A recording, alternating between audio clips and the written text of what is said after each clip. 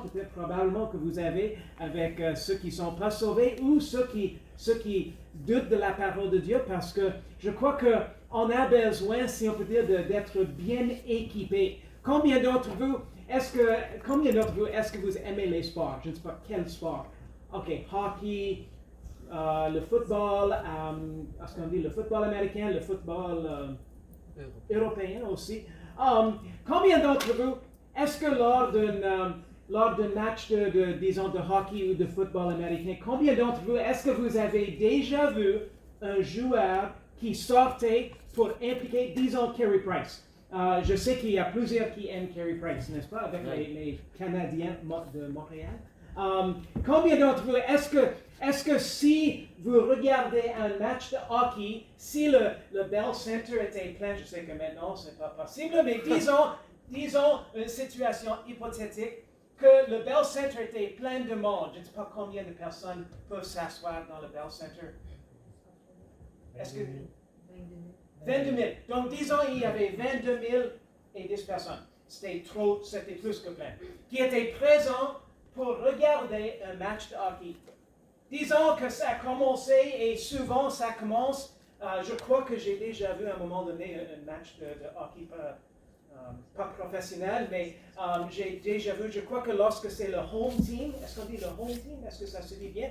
Souvent ça arrive avec comme quelque chose de spectaculaire alors qu'ils entrent sur la glace. Est-ce que ça arrive toujours lorsqu'ils jouent sur leur propre glace? Peut-être non. Mais disons qu'ils faisaient quelque chose de spectaculaire avec tous les joueurs lorsque les joueurs entraient. Et disons qu'on avait, je ne connais pas du tout le sport vraiment, mais disons que, ni les noms des joueurs, mais disons que chaque joueur entrait. Et disons que le premier en disait celui qui est le center? Le centre, ok, le centre, qui joue au centre, ils disaient, oh, on est très contents, et ils ont des différentes lumières qui flashent. Et on dit, oh, bienvenue, alors, très content qu'ils jouent. Et celui qui joue à gauche, à droite, même les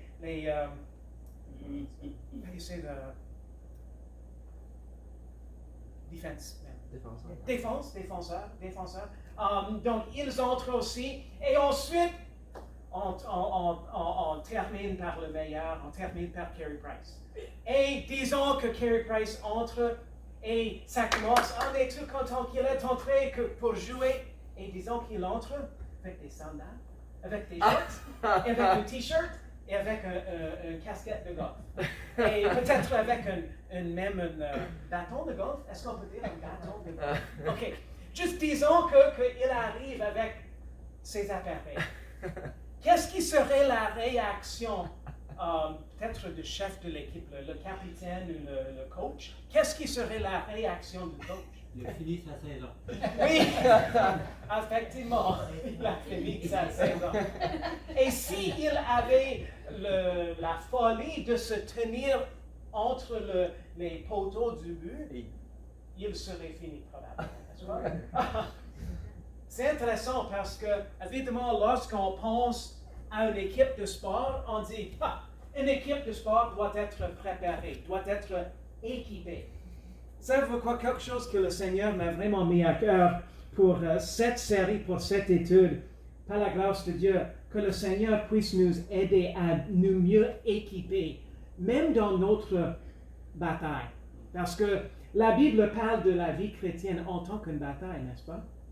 Et malheureusement, je crois que la fausseté, malheureusement, ça a l'air de s'augmenter de plus en plus. Et je crois qu'il nous faut vraiment être bien préparés, bien équipés pour bien répondre et également pour bien défendre la parole de Dieu et pour défendre également ce qui est la vérité. Malheureusement, il y a plusieurs chrétiens qui ont adopté des philosophies du monde. Et probablement vous en avez déjà rencontré. Malheureusement, il y en a plusieurs. Je sais que lorsqu'on était sur la côte nord, c'était quelque chose qui m'a beaucoup surpris. J'avais fait une étude dans Genèse au sujet de la création. Savez-vous ce qui était la première réponse à ça? Oh, mais on ne peut pas croire que Dieu a créé le monde dans 6 jours. Mais c'est ce que la Bible dit. Je ne sais pas combien d'entre vous, est-ce que vous connaissez le ministère de Answers in Genesis avec M. Ken Ham? Combien d'entre vous, est-ce que vous connaissez ce ministère? Moi, j'aime beaucoup ce que M. Ken Ham, peut-être quelqu'un d'autre connaît ce que Ken Ham disait. Parce qu'il disait, parfois les gens vont répondre, mais toi, tu n'étais pas là au début pour savoir comment la terre et le ciel étaient créés. Et M. Ken Ham, dans son accent d'Australie, ça se dit bien, de l'Australie, de l'Australie, je m'excuse, c'est tout un mot. Il disait, non, moi je n'étais pas là, mais toi tu n'étais pas là non plus, mais je connais quelqu'un qui était là, Amen. et c'est Dieu, et il nous a donné son récit. Alors, c'est ce qu'on voudrait pouvoir soit mieux comprendre, mais également nous mieux équiper pour mieux défendre aussi. Comme j'ai dit, c'est malheureux à quel point les philosophies du monde entrent dans la vie du croyant, dans la vie de ceux qui disent chrétiens, ceux qui disent, oui, je crois en la parole de Dieu. J'ai déjà vu quelqu'un faire ça. Moi, je n'aurais pas la paix de faire une telle chose. Mais je me rappelle, peut-être que vous avez déjà constaté quelqu'un qui faisait quelque chose de semblable. Et je peux vous dire, ça faisait vraiment réfléchir. Mais je me rappelle, à un moment donné, quelqu'un, il avait une Bible, et il prenait ça, et il demandait à un groupe de chrétiens, mais qu'est-ce que la Bible dit au sujet, il commençait dans Genèse, au sujet de la création. Il y avait ceux qui disaient, mais on ne peut pas vraiment croire que Dieu a créé le monde en 6 jours. Et celui qui prêchait disait, mais c'est ce que la Bible dit. Ouais. C'est ce que la Bible nous dit, que Dieu a tout créé en 6 jours. Et ensuite, le 7e jour, il s'est reposé. Savez-vous quoi, ce qu'il a fait, comme je vous ai dit, moi je n'oserais jamais faire ça, je ne crois pas que c'est respectueux, mais il a enlevé les pages de la Bible que le monde disait, on ne peut pas croire à ça. Et ensuite, savez-vous quoi, il continuait parce que ça arrivait un petit peu plus tard, des questions au sujet du mariage. Malheureusement, savez-vous quoi, il y a plusieurs chrétiens qui n'acceptent pas le récit biblique du mariage et qui disent, mais même les mariages comme entre un homme et un homme, c'est juste différent. Mais la Bible, ça parle fortement à ce sujet. La Bible dit que c'est une abomination. Et savez-vous quoi? Il a pris les pages qui parlent à sujet de ça, il les a enlevées. Au sujet du déluge, le monde disait, même plusieurs chrétiens, j'ai déjà entendu de la part des chrétiens qui disaient, c'est impossible d'un déluge mondial. Probablement, c'était juste localisé. Il a enlevé les pages. Parce que la Bible nous dit clairement que c'était une inondation globale de tout le monde. Du monde entier, je m'excuse, je voulais dire. Alors, moi, je voudrais, par la grâce de Dieu, qu'à travers notre étude, on puisse mieux nous équiper et aussi mieux nous aider à avoir une meilleure appréciation pour l'autorité de la parole de Dieu. Si les croyants rejettent le récit biblique dans quelque chose de base comme la création, il y aura inévitablement d'autres vérités importantes de la parole dont ils vont douter ou pire qu'ils vont complètement rejeter. Amen. Je pense que c'est une raison pour laquelle de nombreux chrétiens perdent leur influence sur leur entourage. Dès que les gens remettent en question l'enseignement fondamental de la Bible sur la création, ils ne respectent plus l'authenticité. Merci. L'authenticité de la parole de Dieu. Et ceci a vraiment un effet pervers sur les jeunes générations qui remettent alors en question la vérité de la parole de Dieu dans sa totalité. Je dirais que croire fortement dans quelque chose de base, comme ce que la Bible nous dit dans Genèse au sujet de la création, prendre Dieu à sa parole comme il nous donne, je crois que lorsqu'on prend ça et lorsqu'on met ça en question, évidemment, ça fait des dommages à notre foi.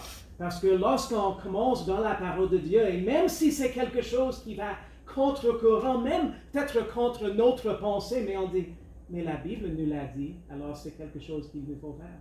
Savez-vous quoi? Probablement vous avez tous, à un moment donné, vécu devoir prendre un détour. Est-ce que vous avez déjà dû prendre des détours? Parfois, c'est c'est tannant de devoir prendre les détours. Je me rappelle lorsqu'on restait sur la côte nord, à Havre-Saint-Pierre, on avait vraiment, je crois que sur la côte nord, il n'y a que 2 saisons.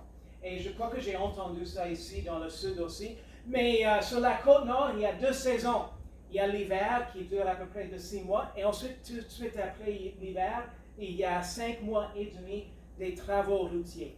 Et ça dure tout l'été. Et ça veut dire quoi? Étant donné que c'est seulement une route de 1 voie chaque allée, ça veut dire quoi? Soit ils mettent les lumières à chaque côté et parfois il faut comme attendre 7-8 minutes.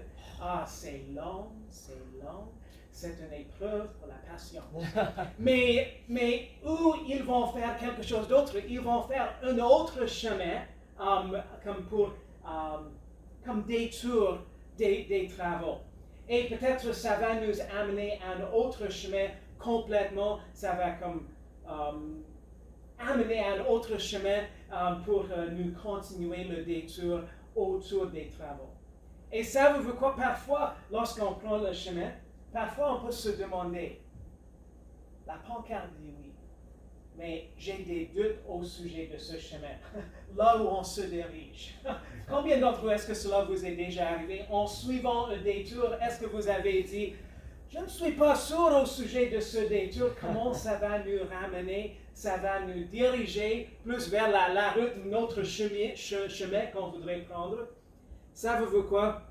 Lorsqu'on considère ça, ça peut également nous aider à mieux comprendre.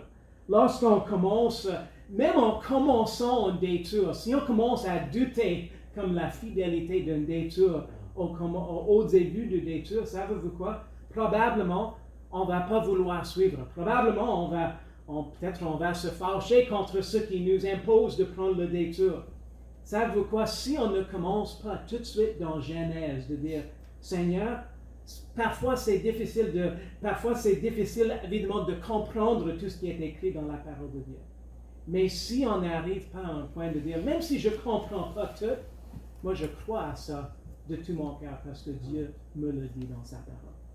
Alors, je crois que c'est quelque chose qui est vraiment quelque chose de base, de fondamental dans notre foi et dans notre marche avec le Seigneur, de bien prendre la parole de Dieu telle qu'elle dès le début des Genèse. Venez avec moi, s'il vous plaît, dans vos Bibles, dans Genèse chapitre 1, les 8 premiers versets qu'on va lire ensemble. Les 8 premiers versets. Moi, je vais commencer le premier verset. Je vous invite de suivre par votre tour, si vous voulez bien prendre un tour, de lire un verset chacune jusqu'à la fin du verset 8. La Bible nous dit dans Genèse chapitre 1, « Au commencement, Dieu créa les cieux et la terre. » Or la terre était informe et vide, et les ténèbres étaient à la surface de l'abîme, et l'Esprit de Dieu se mouvait sur les eaux. Et Dieu dit que la lumière soit, et la lumière fut. Et Dieu vit que la lumière était bonne, et Dieu sépara la lumière d'avec les ténèbres. Dieu appelle les lumières jour, il appelle les ténèbres nuit. Ainsi il y eut un soir et il y eut un matin, ce fut le premier jour. Dieu dit, il y ait une étendue entre les eaux, et qu'elle sépare les eaux d'avec les eaux. Et Dieu fit l'étendue et sépara les eaux qui sont au-dessus de l'étendue avec les eaux qui sont au-dessus de l'étendue. Et cela fut ainsi. Et Dieu nomma l'étendue cieux, et il y eut un soir, et il y eut un matin, ce fut le second jour. Merci. Une question que j'ai déjà entendue de la part de surtout les non-sauvés, les non-chrétiens, mais parfois aussi les chrétiens. Probablement vous avez déjà entendu cette question. Mais combien d'entre vous est-ce que vous avez entendu la question? Mais s'il y a tant de mauvais dans le monde, si Dieu savait que Adam et Ève allaient pécher, pourquoi Dieu a-t-il créé le monde? Pourquoi Dieu a-t-il créé Adam et Ève? Est-ce que vous avez déjà entendu cette question? D'habitude, ça arrive lorsque le monde passe à travers les grands troubles, les grandes épreuves. Il se demande pourquoi Dieu a créé ça s'il y a beaucoup de douleurs, beaucoup d'épreuves dans la vie. Savez-vous quoi? Moi, je voudrais vous donner 5 aperçus, 5 réponses dans la parole de Dieu au sujet de pourquoi la création des cieux, de la terre, de l'homme, de toute la création. Est-ce que quelqu'un sait une des raisons que la Bible nous dit que Dieu a tout créé? Pour sa gloire, effectivement. C'est comme la raison principale pour laquelle Dieu a tout créé, c'était pour sa gloire. Mais et on va arriver là. Est-ce que quelqu'un d'autre connaît une autre réponse que Dieu donne à cette question spécifique?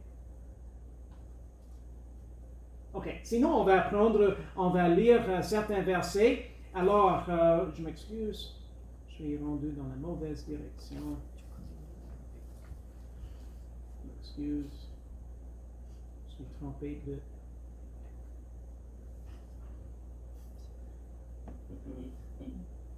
Désolé, je pensais avoir la bonne... Ok, ici, on est rendu.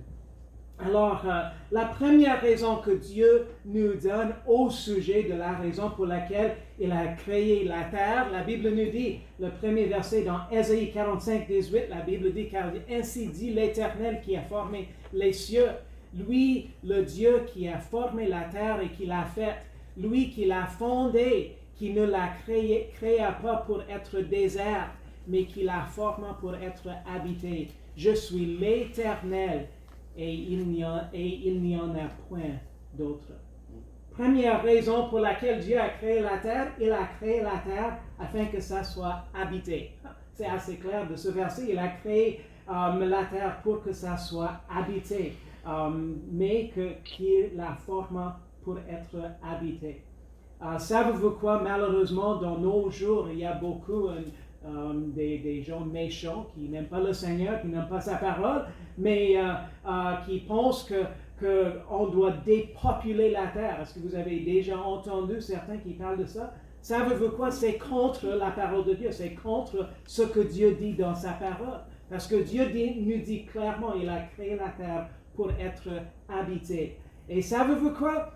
Il y a beaucoup d'endroits, mais vu qu'on est resté 6 ans sur la côte nord, je peux vous dire, il y a beaucoup d'endroits sur la côte nord qui ne sont pas habités. Et Tim, tu as déjà vu Caleb et Pastor Hilmer ont déjà connu voir ça. Il y a plein de plages. Je me rappelle en faisant la route, et Tim, sans doute tu te rappelles aussi, en faisant la route vers Havre-Saint-Pierre, aussitôt qu'on quitte cette île, ça indique la Sens. 1 km et 110 km.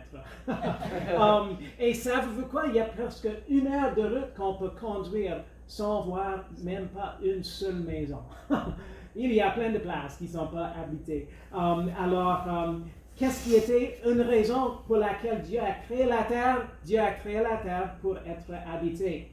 Une autre raison que Dieu a créé, Dieu a fait la création de l'homme. Ésaïe 43, 7 nous dit, tous ceux qui sont appelés de mon nom, que j'ai créé pour ma gloire, que j'ai formé et que j'ai fait. Donc l'homme a été créé pour glorifier Dieu. En fait, c'est notre raison d'être. Malheureusement, évidemment, le monde ne connaît pas cette vérité, ne veut pas respecter cette vérité. Mais on n'est pas ici juste pour se glorifier, se vanter de nous-mêmes. On est ici pour glorifier le Seigneur, pour amener de l'honneur à son nom, notre Créateur. Psaume chapitre 19, le verset 2, ça parle de ce fait encore une fois. Les cieux racontent la gloire de Dieu et l'étendue fait connaître l'œuvre de ses mains. Dieu a créé les cieux pour sa propre gloire. Je ne sais pas si vous aimez, mais parfois lorsque on fait la route en soirée, Kelsey et Keenan aiment regarder à travers la fenêtre, à travers le toit, pas le toit ouvrant, mais le toit on peut regarder à travers parce que c'est en vitre. Ils aiment regarder aux étoiles. Et parfois ils disent, oh c'est le Big Dipper, je me rappelle tous les noms spécifiques, ils avaient appris ça. Mais savez-vous quoi? Même juste ce qu'on voit dans le ciel, comme les étoiles, le soleil, la lune, même les nuages, les formations de nuages, c'est incroyable à quel point Dieu a tout créé. C'est pour sa propre gloire. Et lorsqu'on voit tout cela, on dit, on dit wow, ça devrait nous étonner du pouvoir, de la puissance de Dieu. Alors c'est pour sa gloire. Romains chapitre 1, le verset 20, la première partie, la Bible nous dit en effet les perfections invisibles de Dieu, sa puissance éternelle et sa divinité se voient comme à l'œil depuis la création du monde quand on les considère dans ses ouvrages. Donc toute la création témoigne de l'existence de Dieu et de son caractère. Toute la création témoigne de l'existence de Dieu. Évidemment, lorsqu'on voit quelque chose de beau, disons si vous voyez un beau jardin de fleurs, évidemment, lorsqu'on voit une telle chose, on dit, wow, ça prend du temps, ça prend du travail pour garder ça si beau que ça. Et combien d'entre vous, est-ce que si vous voyez une telle chose, je me rappelle à un moment donné, à notre famille, peut-être vous avez déjà rendu visite, je crois que ce sont les jardins botaniques de Montréal, et toutes les, how do you say like the different shapes? Les formes, merci. Toutes les différentes formes qui sont faites, comme je me rappelle à un moment donné, il y avait plein de formes d'animaux qui étaient comme construits des genres d'arbustes. Combien d'entre vous, est-ce que vous connaissez ce dont je parle, vous avez déjà constaté? Combien d'entre vous, en voyant, est-ce que vous avez dit, wow, il y avait quelqu'un qui connaissait son affaire, n'est-ce pas? Il y avait quelqu'un qui connaissait son affaire, quelqu'un qui savait quoi faire pour avoir une si grande beauté, même au sujet des plantes, de la végétation. Savez-vous quoi? Toute la création témoigne de l'existence de Dieu et de son caractère. Alors, lorsqu'on voit ce que Dieu a créé, ça témoigne du fait que Dieu existe. Parce que sans que Dieu a créé la terre, il n'y a rien. Sans que Dieu avait créé l'homme, l'homme n'existera pas. Alors, ça témoigne de l'existence de Dieu. Mais dans Apocalypse chapitre 4 et le verset 11 aussi, la Bible nous dit, Seigneur, tu es digne de recevoir la gloire, l'honneur et la puissance, car tu as créé toutes choses. C'est par ta volonté qu'elles existent et qu'elles ont été créées. Dieu a créé les cieux et la terre en tant qu'un acte de sa volonté souveraine. Et lorsqu'on considère ça, on dit, mais évidemment, ce n'était pas à nous si Dieu allait créer la terre, c'était sa décision, c'était quelque chose que Dieu a décidé de faire et c'était sa volonté de le faire. On va continuer plus loin aussi dans Genèse parce que je voudrais continuer dans Genèse chapitre 1, mais je voulais vraiment donner comme un bon aperçu de ce que la Bible nous dit, pourquoi Dieu a tout créé, parce que probablement, si vous n'avez pas eu de conversation où quelqu'un se demandait pourquoi Dieu a tout créé, c'est fort probable que ça va arriver à un moment donné, que quelqu'un va vous poser la question. Mais si Dieu savait qu'il y aurait tant de mal que Adam allait pécher, pourquoi Dieu a-t-il créé le monde quand même? Mais évidemment, Dieu a créé le monde pour amener de la gloire à son nom, c'était pour sa propre gloire. Il a créé la terre pour que ça soit habité. Il a créé la terre par sa volonté et aussi sa création témoigne de son existence. Le mot Genèse, est-ce que quelqu'un connaît la signification du mot Genèse? Commencement, au début, origine, effectivement, commencement, début, origine. C'est assez pratique, n'est-ce pas, qu'on a ce mot pour le premier livre de la parole de Dieu, Genèse, le commencement, le début. Toutes les choses ont eu un commencement. Rien ni personne, sauf Dieu, évidemment, que la Bible nous dit, il existait depuis l'éternité passée, il existait depuis toujours. Sauf Dieu, il n'y a personne qui existait, rien existait auparavant. Même le mot créer, moi je trouve ce mot parfois, je dirais que souvent ce mot est employé d'une mauvaise façon. Parce que le mot créer, j'ai trouvé comme une définition, est-ce que ça se dit bien en français? Une définition du mot créer, ça signifie faire quelque chose à partir de rien. Combien d'entre vous, est-ce que vous avez déjà utilisé le mot créer dans vos jours quotidiens? Savez-vous que moi aussi je l'ai déjà utilisé, mais je crois que malheureusement, je crois qu'on l'utilise d'une mauvaise façon parce que parfois on entend, même à un restaurant, je crois que parfois à un restaurant, on entend le sujet comme oh, je ne me rappelle pas comment ça se dit, c'est un genre de phrase pour dire comme une création de nourriture comme, qui donne le goût d'en manger. Je ne me rappelle pas comment ça se dit, mais je me rappelle avoir vu quelque chose comme tasty looking food creation. Je ne me rappelle pas exactement comment ça se traduit. Mais j'ai entendu, je me rappelle avoir déjà lu une telle phrase. Mais savez-vous quoi? Oui, on peut dire, oui, on comprend la signification dont il parle. Mais vraiment, ce n'est pas le sens de créer. Parce qu'évidemment, ils avaient pris de quoi pour préparer la nourriture. Disons, on a un gâteau. On ne dit pas, OK, aujourd'hui, je vais préparer un gâteau. Et on prend le plat et on commence à ouvrir avec nos mains. On a, voilà la pâte. Non, ça n'arrive pas comme ça, n'est-ce pas? D'habitude, il nous faut ajouter de sucre, il nous faut ajouter peut-être de cacao, cacao. Si c'est un gâteau au chocolat, on doit également ajouter peut-être de farine. Si je me trompe, je n'ai jamais fait de gâteau dans ma vie, donc peut-être que je me trompe. Mais il nous faut ajouter de quoi pour avoir le résultat d'un gâteau. Donc, pour vrai, il n'y a rien qu'on peut dire en tant qu'être humain qu'on a créé quelque chose. C'est seulement Dieu qui peut faire de quoi de rien. Créer, on utilise ce mot souvent de manière incorrecte parce que c'est seulement Dieu qui peut vraiment créer. Moi, je vous invite de venir avec moi dans Hébreux chapitre 11, s'il vous plaît. On va lire quelques versets. Donc, si quelqu'un peut trouver Hébreux chapitre 11 et le verset 3, quelqu'un d'autre, Jérémie 32, 17, quelqu'un d'autre, Jérémie 51, 15, et finalement, une autre personne, Psaume 147, 5. Premièrement, on va juste regarder quelques versets qui nous parlent également de la grandeur, de la puissance, même dans la création que Dieu a faite.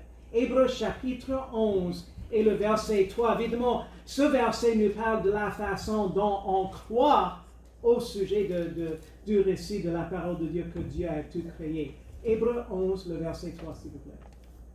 Par la foi, nous savons que le monde a été fait par la parole de Dieu, de sorte que les choses qui se voient n'ont pas été faites de choses visibles.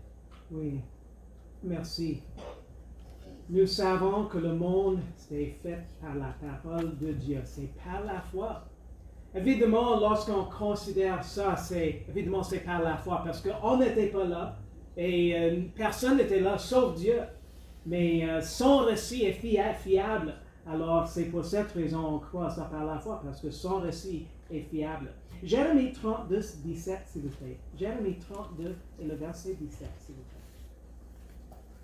Ah Seigneur éternel, voici tu as fait le ciel et la terre, par ta grande puissance et par ton bras étendu, aucune chose ne te sera difficile. Oui. Donc, encore une fois, ça parle de la puissance de Dieu dans la création, la façon dont il a tout créé, le ciel et la terre, par sa grande puissance. Jérémie 51, 15, s'il vous plaît. Jérémie 51 et le verset 15, s'il vous plaît. C'est lui qui a fait la terre par sa puissance, qui a fondé le monde par sa sagesse, qui a étendu les cieux par son intelligence. Oui.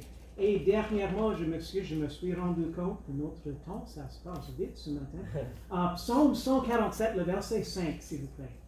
Notre Seigneur est grand, puissant par sa force, son intelligence n'a point de limite. Oui. Son intelligence est infinie, pas de limite. Quelle bénédiction d'avoir notre Seigneur, notre Sauveur, notre Créateur, qui a une grande puissance, qui n'a aucune limite, aucune limitation d'intelligence. Quelle bénédiction d'avoir notre Seigneur, notre Créateur, qui est tout puissance. La puissance de Dieu est au-delà de notre compréhension. Personne n'est plus fort que Dieu, ni les anges, ni Satan, ni les démons. Dieu seul est tout puissant. Quelle bénédiction d'avoir un Dieu qui est tout puissant. Et c'est lui qui a tout créé. On va arrêter là pour ce matin. Je me rends compte que notre temps passe vite ce matin. Donc, on va continuer dans cette étude dimanche prochain. Mais je vous invite de vous lever debout et on va chanter le numéro 242, s'il vous plaît.